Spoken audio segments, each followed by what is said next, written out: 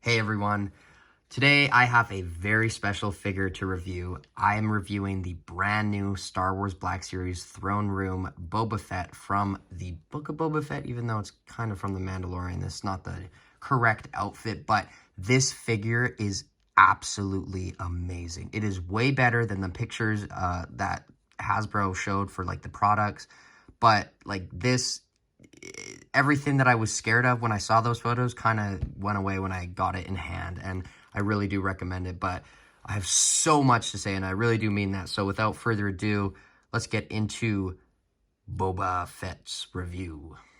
So I got him at GameStop Canada. I paid approximately $40, basically on the dot, just because of my discount. The figure does retail for that price, but I got that one.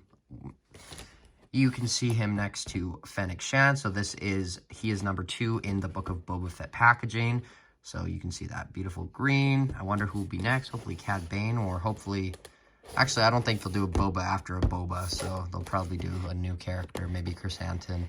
Boba Fett, Throne Room. Once regarded as one of the most fearsome and capable bounty hunters in the galaxy, Boba Fett seemingly met his demise in the Sarlacc pit.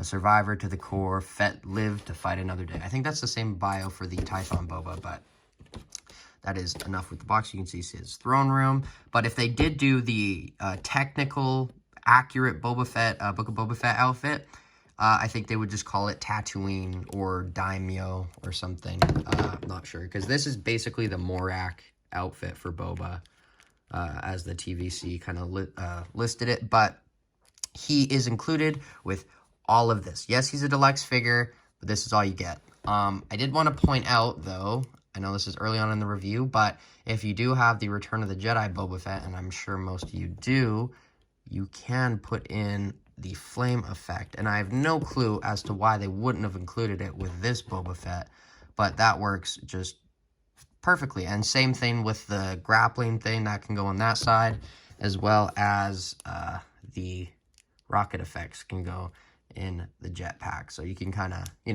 play around with it. But the thing that bothers me is, like, it was deluxe. How much would it really have costed them to give us this, 2 of these? Like, that's it. I actually, I know it sounds funny, but then I kind of would have been like, I get it. I get why it's deluxe. But as it stands right now, it makes sense, but, it is kind of just a normal size figure, but it is the Boba Fett tax, and I honestly would have paid like $100 for the figure. I'm just so happy to have it as early as I do. But of course, you can take off the Boba Fett helmet, and you can see all the detail on there. Hasbro did a very good job on this, the paint at least. There is kind of a extra padding inside for the Tamora head, just so it'll fit easier, because when you put it on, it's good. It doesn't really go anywhere. But there you can see the Tamora head sculpt, which is the exact same, I believe, as Tython Boba.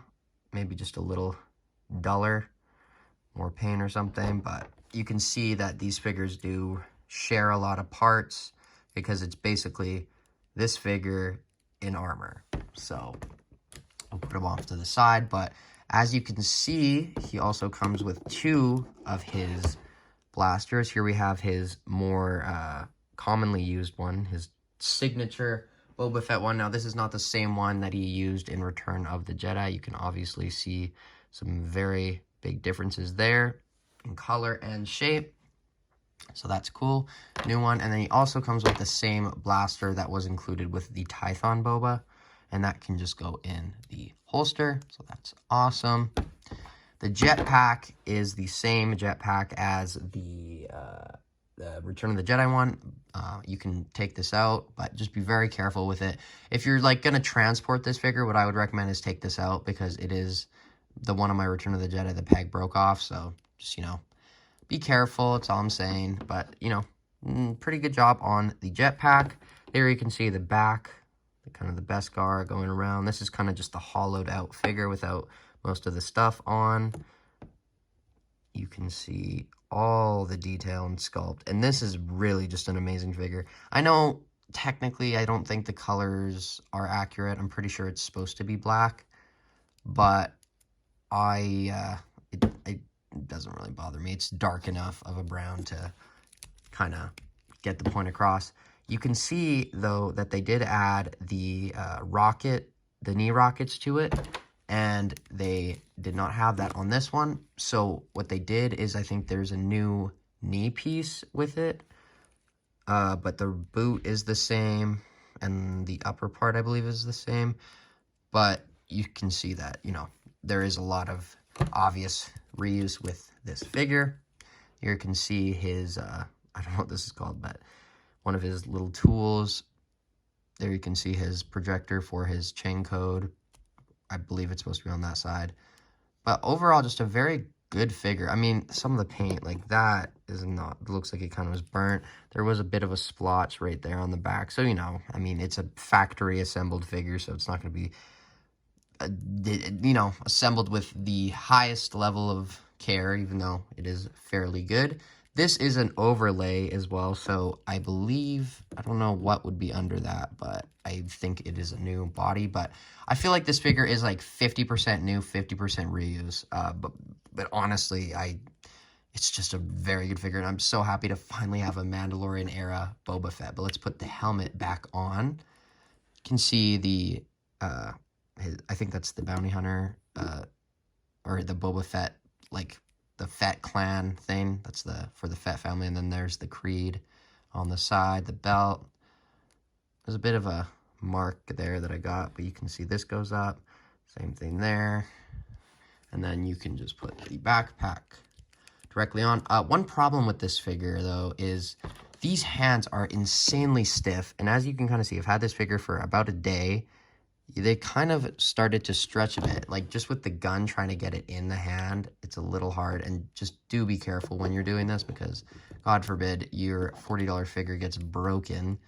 But there you can, get him in his signature position, or his, kind of position from Book of Boba Fett when he was facing off with like Bane and stuff. And just go like that. Beautiful. But without further ado, that's all I really have to say about this so far. So let's get into the articulation. So the articulation is actually pretty good. It's not the best, but just because of all this obvious fabric, the head literally, that's as high as it goes up.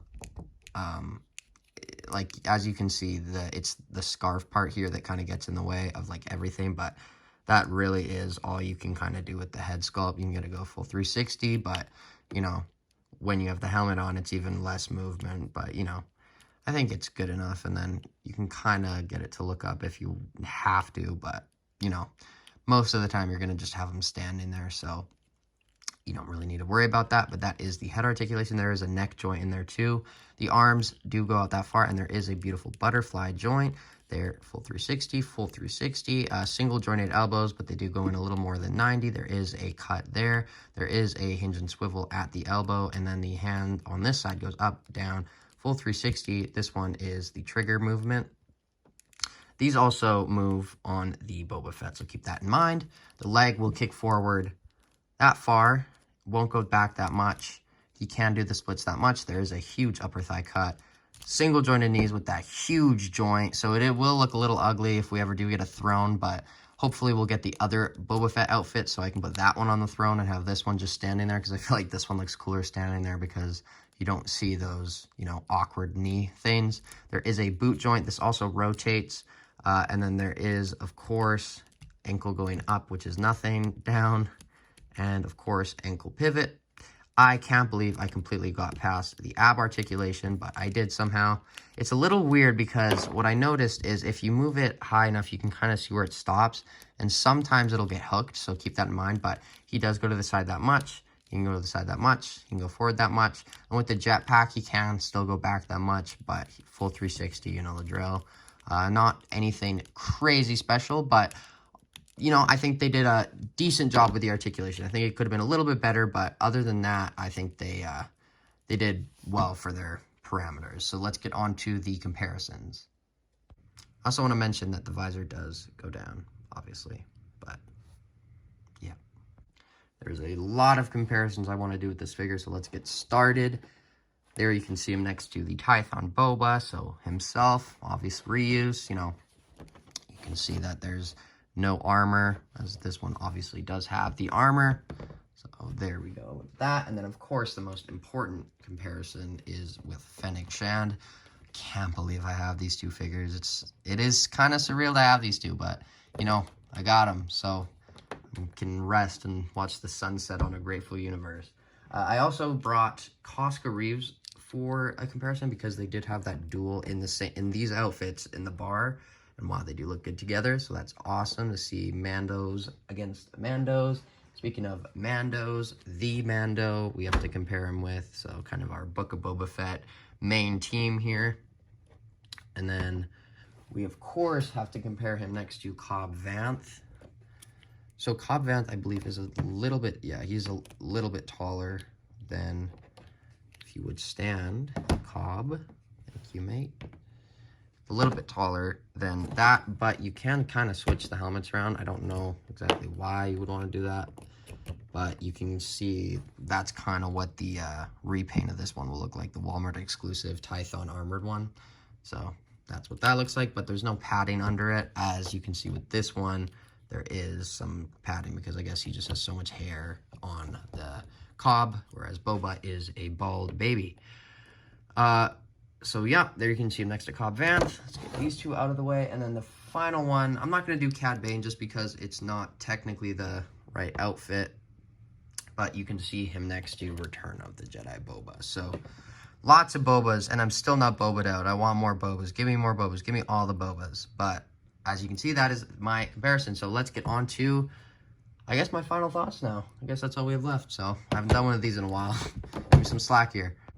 So my final thoughts on this Boba Fett figure is, okay, so it's kind of this whole game out there because we've had, like, 40 years to get our perfect, Boba Fett or our perfect Vader, but this is an outfit that's so important to so many people just because of how, like, popular Boba Fett is and that the fact that he returned in The Mandalorian. So this is a great figure, but if you're only going to buy one, I don't know if I would say that this is the one. It's an amazing figure, don't get me wrong, but I feel like if you waited maybe a year, I know that's even longer, I know we're inevitably going to get the Tatooine Boba, like the Daimyo outfit with the kind of just the pants, not this big baggy stuff, which will look way better on a throne, as well as it'll probably be black and it'll probably be accurate, and they'll have time to, fix it, maybe a new Tem head sculpt. But if you're in a rush to get one and you like this is great. I have very few problems with this figure. The only thing is whether you're going